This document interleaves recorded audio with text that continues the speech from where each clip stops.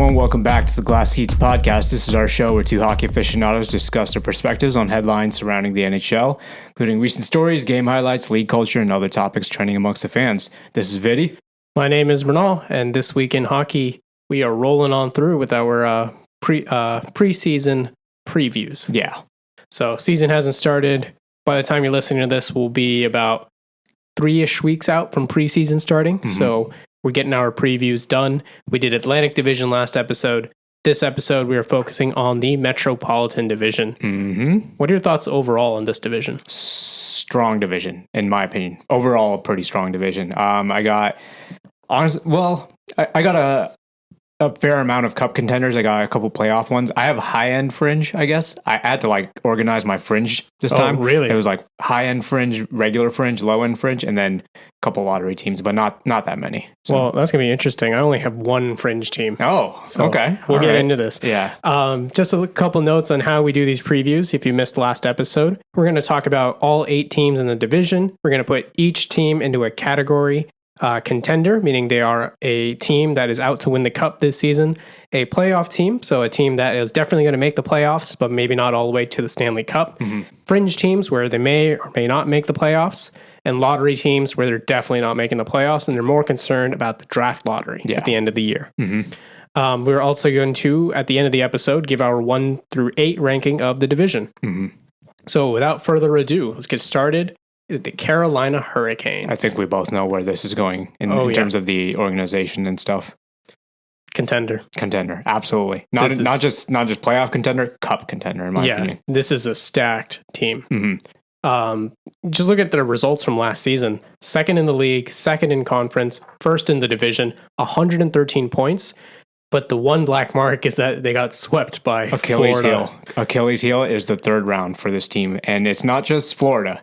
It's the past 3 seasons, I believe. Yeah, they've lost in the third round, right? And not just lost, I'm pretty sure swept. Swept in the third round. So they haven't won a third round game in a while. I don't want to say all the way to 2006, but it's been a very long time since they've won a third round game. Almost like the Toronto curse, but for round 3. But this team is so good, you have to think that once they get past that third round, they're going to win the cup. Yeah, right? They'll be fine. That's why I'm like, this team is... See, the thing is, sure, it's gotten... I wouldn't say it's gotten ridiculous to the point where they haven't won a third round game, but I feel like once they get even one game, they'll be like, okay, now we know what to do. Yeah. It's the fact that they've been swept every single... No team is always getting swept. It's a mental thing at this point. It's a mental thing. As soon as Toronto figured it out, they didn't only won one more game in the second round, but they made it past the first round. That's a huge hurdle for them at this point. Yeah. Let's see what damage they do in the playoffs next year. But, I think Carolina's kind of on the same wavelength. Yeah, absolutely. And then, I'm just looking at what roster changes they made. I mean, it's basically like a depth refresh, right? Yeah. They do have some notable additions. I think the most interesting one is Michael Bunting. Mm-hmm. Comes in. Yeah. They lose Max Pacioretty on the top 6, the winger, but they bring in Michael Bunting out of Toronto, who had a fantastic season. Yeah. I just think he's a cap casualty over there, right? They just couldn't afford him anymore. Yeah. I not just that, but I was also surprised that they brought Tony D'Angelo back. Yeah. One, I'm surprised that, he's still in the league. 2, I'm surprised they brought him back at all. From Philly, I think. But I mean, this is a problem, right? He, as a person, might be questionable. He's had some not savory comments that he's made and things like that. But he's a good hockey player, right? So I can see hockey reasons for bringing him back. Yes, especially at a reduced salary. Yeah, and for a team that's really trying to win a cup. Yeah, they're really going for it. And out of their top 5 scorers, they're all coming back, and they'll probably, hopefully, fingers crossed, have Svechnikov healthy for the playoffs this time. Yeah, we were talking about that when we were doing our playoff predictions, at this point a couple of months ago, but the injury factor was a huge, asterisk for this team. And unfortunately, it did show a little bit. It didn't seem to affect them the first 2 rounds, but I think that third round would have went a little bit differently had they been at full strength. Yeah. And I think underrated addition this year also is Dmitry Orlov on defense. Yeah. That is a solid D-man. Yeah. Yeah. They got a stacked D-line up, honestly. Yeah, stacked D-line. They're going again with Antti Ranta and Frederick Anderson in goal. Yeah. So this is a big team. Yeah. This is a big team, big contender. Yeah. I have them winning the division. Yeah, I easily have the division. I don't want to go as far to say they're going to win the Presidents, but I could see it. I could see them winning Presidents too. They're a candidate for sure. Yeah. Let's move on over to the Blue Jackets. Yeah. On the other end of the spectrum, the Columbus. The Lottery. Yeah. I think this is a lottery team. This is, they were 31st in the league last year, 59 points. But hey, Babcock's back, I guess. Yeah, that's the big thing, right? Yeah. Is how you're going to see what Mike Babcock can do with this team. In terms of additions, they add a couple D-men and Aaron Dell, who's on a tryout. Yeah. Like, it's not much. No, it's not much, but the thing I'm worried about a little bit, speaking of Babcock, is the relationship with players like Gaudreau, Laine. I don't remember if there was like a feud between Laine and Tortorella. I don't think there was, but there was some sort of like disagreement at some point. Laine has this reputation that he's lazy. Whether it's true or not, he has this reputation. I see. So I don't know. I also question because, maybe not this year, but you're going to expect like prospects to start coming in next year, right? Yeah. At least, they got third overall, I think, right? Yeah. Actually, he's projected to play this year. Adam Fantilli. Oh, wow. Is projected to play this year. Is Babcock the guy you think of when you think young players who need NHL experience? Based on what happened with the Mitch Marner experience, no. But it sounds like, I can't remember what interview it was, maybe a Sportsnet or something, but they were interviewing him and talking about, like he was kind of reflecting on it. He's like, yeah, that was a dumb thing I did, basically. Yeah, it seems like he's learned. Yeah, it seems like he's learned. But again, like words only mean so much until it's actually put into action. So it's hard to say. It's really hard to say. But you would hope that, all these young guys are going to have someone to look up to in terms of a coach. But well, we'll see. Only time will tell, I think. Yeah. And, even regardless of what he says, the thing that I hesitate on is if you look at Babcock's greatest successes, they were with Detroit, which was a team stacked with veterans, and Team Canada, which is also always stacked. Yeah. Also kind of not old, but like experienced. Yeah. Babcock is not the coach I think of when you want to, crush blood from a stone, Yeah. This Babcock is a team I think of when your team is already really good and just put them over the edge. Mm-hmm. So this is going to be interesting. Yeah. But at least for this season, this is a lottery team. I have them 7th in the division. Yeah. I don't see much coming from this. I don't even want to go as far as to say this is going to be an improvement from last season. I think it feels about the same. Yeah. As last year. It's a wash. They're going for draft picks. Yeah, I agree. Shall we move on to the New York metropolitan area? Yeah. But we're starting with the New Jersey Devils. Devils are, I'm not going to lie, I was a little bit surprised by them this past playoffs, especially against a, quote unquote stacked team like the Rangers. Sure, it did go to 7, but I don't know. It was definitely a lot of young blood out there, and they're proving that they have something to prove, and they've had some subtractions with it. We've talked about it with Ryan Graves, Tatar, Miles Wood, stuff like that. But I don't know. I still feel like they can run this back. I still feel like they have a lot to prove. They got Cal Foote from the Lightning and stuff. So I think. And they also extended Timo Meier. That was one of the things we were talking about. I think they still have it in them, and I feel like they're going to double down and do pretty well. I see this as a playoff team. I didn't want to put cup contender just yet because I don't know. I'm a little too optimistic about that. But I have them in playoffs for sure, and I think they're going to do damage in the playoffs. I think you are a little pessimistic on the New Jersey Devils. I put them in contender. Oh, wow. Okay. And look at the stat lines. Jack Hughes last season, 99 points. Nico Hischier, 80 points. Mm-hmm. Timo Meier, I don't have his point total, but he's coming in for a full season. Yeah. These are young kids who are going to get better. Mm-hmm. And you mentioned some of the players they lost, but look who they added in. Tyler Toffoli. He's going to play in the top 6 probably. Yeah. And then some decent depth like Cal Foote you mentioned, Chris Tierney coming in. Let's not forget Luke Hughes, the Luke Hughes. Yeah, he's going to play this projected monster season. Yeah, this team could do some damage. But so why do you say you really think it's going to be they're going to be fighting with Carolina for a cup spot? Yeah, I think they're fighting with Carolina and the other contender that I have in the division. If you look at their setup, they have it. They've got their top 6 scoring. They've got a solid D-core. Led right now by Dougie Hamilton, maybe in a couple of years by Luke Hughes. They got decent goaltending. Vanacek is their starter, I believe. So I think they have the pieces. I think if you're going to question them on something, it's probably Vanacek. But, I think he did great last year. They also have Akira Schmid, who was able to step in when Vanacek faltered. Like, I think this is a team that's built to go with all the way. Is there any goalies out there that they could possibly, if they need to, like, acquire at some point during the season, or not really? Connor Hellebuck. Ooh, any team that needs a goalie, Connor Hellebuck's on the table. Okay, if Hellebuck's playing, I'll put him in cup contender. Yeah, I'll put him in the cup. I don't know where Hellebuck's going. That's still an open thread. But I feel like Jersey's gonna have to pay a lot for that too. Someone's gonna take him at the deadline, right? Yeah. We'll talk about that when we get to the Winnipeg one. Yeah, but Hellebuck wants out. Yeah. So all right. I see your argument for sure. For me, it's an experience thing. There are a lot of young guys, and sometimes it just takes a couple years. But like, hasn't it been a couple years?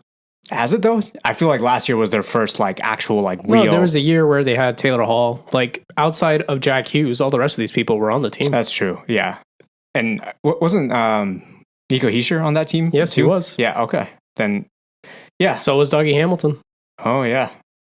Dang. Okay. Now you're convincing me. I think they have it. Okay, you're convincing me now. Yeah. Yeah, they might have it then. So I have them contender third in the division. I have them playoffs, but I do have them second in the division. So yeah. All right. Yeah. So we'll see. So moving on to the Islanders. So they did get eliminated in the first round by Carolina. Yeah. For some reason, I don't know. I don't have too much optimism of this team kind of repeating that success. I do think they're a fringe team, but this is the team I had on the low end fringe. I think they just barely squeaked in and kind of Carolina exposed them. I have this as a low end fringe, but I do think they have potential, and maybe this is the dark horse of the Metro. I couldn't tell you.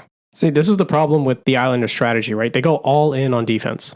So now when you go all in on defense, that the cornerstone of that is your goalie. Yeah. So it entirely depends on what kind of season you get out of your two goalies, which are Varlamov and Sorokin. So if you get good seasons out of them, they could absolutely go really far. Yeah, that's If you true. don't, they might not even make the playoffs, right? And they didn't even do much this offseason. I was going to say, it's been a very quiet offseason. I couldn't tell you a single person I don't know if they have added anyone notable. No one super notable. Yeah. But they did do some extensions, like Pierre Engvall, Varlamov, Sorokin. So they just kind of took care of business. Yeah.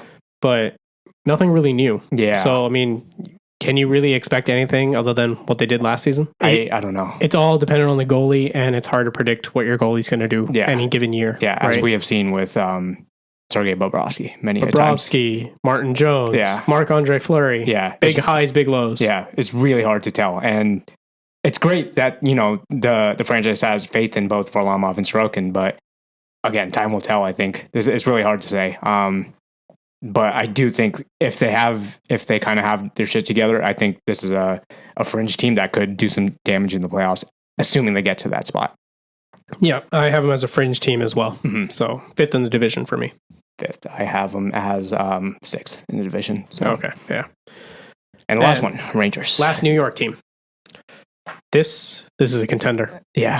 Hands down. Yeah. Like, you just look at how they're built. They are strong up front. Wait, hold on. Do you say cup contender? Yes. Oh, okay. I said cup contender. I say playoff contender. No, this is a cup contender for me, man. You think so? Yeah. Even after what happened last season?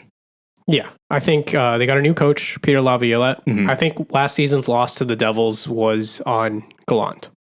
Yeah. They won the first two games. The Devils adjusted. New York never adjusted back. That's true. That is true. Yeah. So I think with the new coach, they're going to be a lot more formidable. They've gotten more experience. They've added in Blake Wheeler for some depth, which is a hell of a depth piece. That's crazy. Yeah. They got Nick Bonino, the all-around center man. Jonathan Quick playing backup. Crazy backup. This is a lot of experience in your depth, right? Yeah. And then if you look at their top winger, Artemi Panarin, 92 points last year. Top center, Mika Zibanejad, 91 points. Adam Fox, 72 points. They have every position covered. Yeah, that is true. Yeah. Yeah, and they have the experience too. That's because I was talking about Jersey and them being a little bit too young. This is an experienced team. Yeah, and then you talk about goalie Shesterkin's as good as they get. Yeah, People would kill to have a goalie like that. So I get what you're saying. When you think of the Rangers, for some reason, you feel like this is just a playoff team. Yeah, but you really look at the numbers, you look at the players they got. You can't deny this is a contender. Yeah. Okay. I'm like convinced on this one too. I do have them pretty high up. I have them third division playoff team. That could easily be swapped around with New Jersey. Let's see the 1 or the 2-3 duo. Yeah. To be honest, I was making the list and I was like, do I put Devils first? Do I put Rangers first? It's hard to say. Dude, they're both so good. That battle this season, I love it's going to be so good. The thing side tangent, I thought that playoff series this past couple months ago was going to be a lot like more gritty, bloody, intense. Gallant, it wasn't. Gallant just ruined everything. What do you mean? Yeah, they had no fight.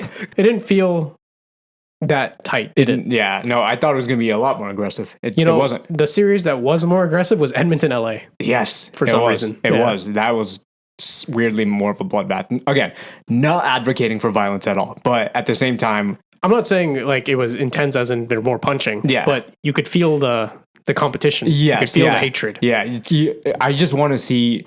You remember that series when they played? This was back like in 2012, 2013, where they were playing each other in the East Finals, and they just started the game with a 3-man or 3 scrap line brawl or something like that. Yeah.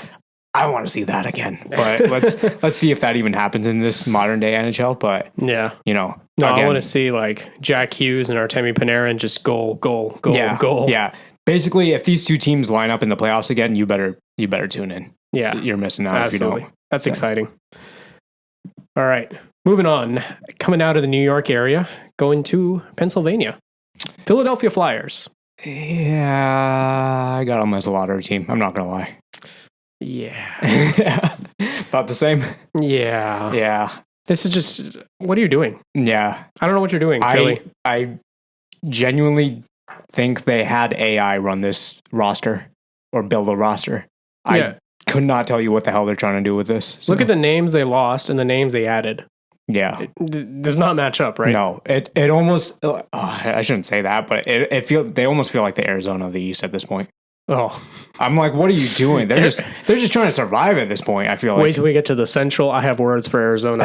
Yeah, but this is survival, right? Like you lost Ivan Provorov, you lost James Van Riemsdyk, Tony DeAngelo, and you brought in people like Sean Walker, Mark Stahl, Victor Mete. Like they're good players, but they're not of the same caliber as the players you lost. Yeah, if I'm Philly, I'm worried about losing Carter Hart, who needs an extension. Yeah, I mean, he's RFA, so I guess they could keep him around. I guess, yeah. I don't know. This is, in my opinion, this is like one of the few teams where I'm not even optimistic about their future, to be totally honest. Yeah, I don't know what the plan is in Philly. Yeah. But yeah, this is a lottery team. I have them last in the division. Same, yeah. I feel like there might even be a gap between Columbus and them in terms of really like that bad? Yeah, I think this is a team that could legitimately win the lottery. So, yeah. Sorry for Flyers fans, not looking great, but we'll see. Yeah. Moving on to the other part of Pennsylvania, the most interesting team in the East, I think. Absolutely, Pittsburgh Penguins. Yep. We talked about them a bit in our Erik Karlsson episode. That's obviously their big ad for the offseason. But they also added quite a few other names. Riley Smith coming out from the Champion Knights. Lars Eller, Matt Nieto, Noel Acciari, Ryan Graves. A lot of depth. Yeah. This is a team that's going for it. Yeah. The one thing I do want to say is they have a lot on the line. Like you got players like Jeff Carter, unless they, extend them or whatever. And I feel like they've lost a couple depth pieces here and there. A lot of Pittsburgh fans I've said, the Mikhail Granlund trade was great because he wasn't working for them. Yeah. But, a couple seasons ago back in Minnesota, he was, and even some seasons in Nashville, kid was a stud in terms of a depth player. Yeah. So, I mean, at this point, if you are in Pittsburgh's shoes, you got to do what you got to do to keep the window open, right? Yes. As long as you have Crosby and Malkin on this team, you got to do what you got to do. And with the new GM and Dubas, like he's obviously not going to rebuild his first season there. No, that's not what they brought him in for. No. So they are going for it. Do you think they succeeded? What tier have you put them in? I've put them as the high-end fringe team. Fringe. Ooh. Why, you don't think so? You don't No, think I think that's harsh. I have them playoffs. Oh, okay. I mean, I do think it's likely they make the playoffs. It's just when you have Carolina, New Jersey, New York, and New York Rangers, like, I don't know. It's hard to write them off. But like, honestly, I could see two teams from the Metro taking the wild cards. Like the Atlantic is whatever. Yeah, that's true. After the top three. That is right? true. Okay. So I think they'll make the playoffs. Let's say I put Pittsburgh in a wild card. How about let's put it that way then? Yeah. That's like almost a guaranteed wild card at this point. Yeah. But that's concerning, right? Because this is a team that wants to be a contender. I think a lot of it also depends on how healthy the Stars stay. Yeah. It's not just Sidney Crosby's like health issues or this time or Evgeny Malkin's. It is literally the guy who has had a history of like, just being injured. But see, this is the thing is when you say that, there's three guys on Pittsburgh I could think of. Yeah. There's Crosby, who has an injury history, unfortunately. Mm-hmm. Chris Letang hasn't been the healthiest. That's true, yeah. And then, of course, Erik Karlsson, as we know from San Jose, has not been the healthiest. Okay, let's put it this way. If the team stays healthy, easy wild card for sure, if not higher. Yeah. If they don't, possibly even a lottery team, honestly. Oh, yeah. So that's why there's a lot riding on the line. I think we said this before, too. There's a lot riding on the line in Pittsburgh. Yeah. And the thing that gives me pause also is their goaltending. Yeah. You lost Casey DeSmith, so you're basically committing to Tristan Jarry, who was mid last season. Yeah. Tristan Jarry hasn't had a stellar season yet. Obviously, that could completely change. Yeah, he has like stellar months. Yeah. So as long as he's able to consistently just string it all together, even for one, if there's ever a year to do it, it's now. Yeah. He better do it now. So, but either way, I'm watching Pittsburgh. Yeah, it's absolutely. a very interesting team. Yeah, no, so far the Metro has, in terms of watching value, is probably one of the higher divisions, if not the highest. So yeah. All right, last team in the Metro. Yep, Washington Capitals. Mm-hmm. Does anything the Capitals do matter besides Ovechkin getting the goal record? No, that's the only reason people are watching right now. Yeah, Summer of Ovi was great in 2018, but at this point, everyone wants to see him break Gretzky's record. So. If you look at the actual moves they made, they're kind of rebuilding, aren't they? Yeah, and I mean, they did extend Tom Wilson to a pretty, in my opinion, team-friendly deal. Mm-hmm. So yes, they are obviously trying to rebuild, but at the same time, like, I don't think they're so far off that it's just not, the playoffs are just not in their future at all. Mm-hmm. I'll give it honestly 3 years before they can make it back to the playoffs. So yeah. If they want to retool quickly, I think they could. Yeah, that's what I'm saying. Yeah, I don't know if they want to, because we're talking about Ovechkin getting older. We're talking about Nick Backstrom getting older. I can't even remember who they have in goal right now. Mm-hmm. Oh, they have Darcy Kemper, mm-hmm. who's not a spring chicken by any means. Mm-hmm. They got to make a decision here. And I think right now what it looks like to me is they are rebuilding, but not tearing it down completely, because they still want Ovechkin to get the goal record. That's what I was going to bring up. I was like, is this an organization that pays loyalty to the guy who has basically put them on the map and, is about to break Gretzky's record? Or do they just go all in rebuild? No, you cannot right now. Because if Ovechkin leaves and he breaks the record on another team, you just can't have that. Yeah. You have to have Ovechkin break the record on the Capitals, right? But everything else, you can kind of start piecing, getting in younger guys and things like that. They got quite a few contracts expiring this season. Out of them, only Rasmus Sandin seems like someone they'd want to re-sign. Yeah. Max Pacioretty, do they want to re-sign? Who knows? He's had some injury issues in the past too. So. Yeah, this is a team I think you just want to be middling. During the season, and just so that Ovechkin can start hitting his goal numbers, and then as long as Ovechkin hits around 30 goals, which is easy for Ovechkin, mm-hmm. I think by the end of his current contract he'll break the record. Mm-hmm. Yeah, I could see it. I mean, the thing is, Ovechkin's got something to play for. It might not be a Stanley Cup, but I don't know, breaking a Gretzky record in this day's modern day NHL. I'm not going to say it's better than a Stanley Cup, but man, everyone's going to remember that. It's impressive. Yeah, everyone's going to remember that. So Ovechkin got something to play for. So that's why I'm not ready to write him off just yet. And because of that, this is a super hot take. One of my hot takes, I have this as a fringe team. Yeah, I put them as lottery. Really? Yeah, like they straight up, they could have gone for like a wild card spot last year, and they straight up were like, "Nah, we're not going to do that." Well, I think that was an active choice they made, though. Yeah, but they made that choice, right? Why would Fair. they come back and try and make the playoffs this year? Fair enough. Okay. You know, so I think it's just a matter of, and we've seen you can have one player score a bunch of points and not make the playoffs. See Eric Carlson 2022, 2023.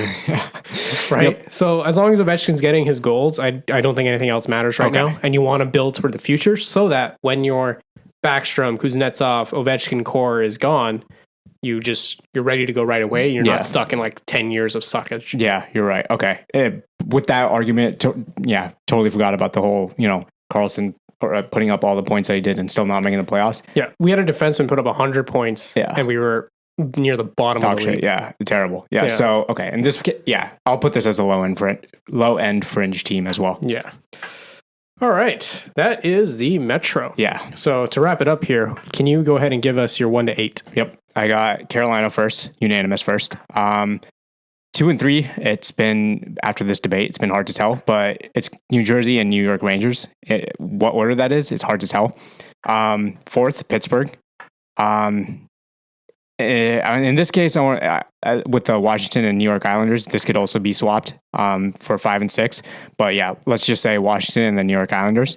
Then we got Columbus, and then we got way below Philadelphia as 8th. Yeah, mine's pretty similar. Carolina first, New York Rangers second, New Jersey Devils third, Pittsburgh 4th, New York Islanders 5th, Washington Capitals 6th, Columbus Blue Jackets 7th, and Philadelphia Flyers 8th. Yeah. And that is the Metro and does wrap up our Eastern Division. So if you had to pick who's going to the Cup final out of the East. Out of the East? Ooh.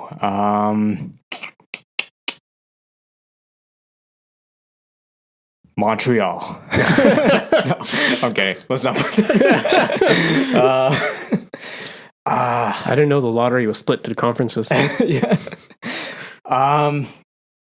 Man, I almost want to say Tampa just because they have so much experience doing it. But I think this will be the year Carolina breaks through and finally makes it. Yeah, I have to agree with you. Yeah. Carolina Hurricanes was my pick to come out of the East. Yeah.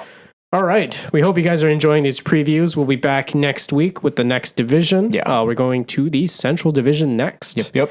So keep it tuned here. This has been Glass Seats. We're out every week. You can catch us on Spotify, Apple, and Google. We're also on YouTube and Instagram at Spud Network Podcast is the handle. You can check out this show and you can check out our other shows there. So follow along. It's a lot of fun, and we'll see you next week. Bye. Peace.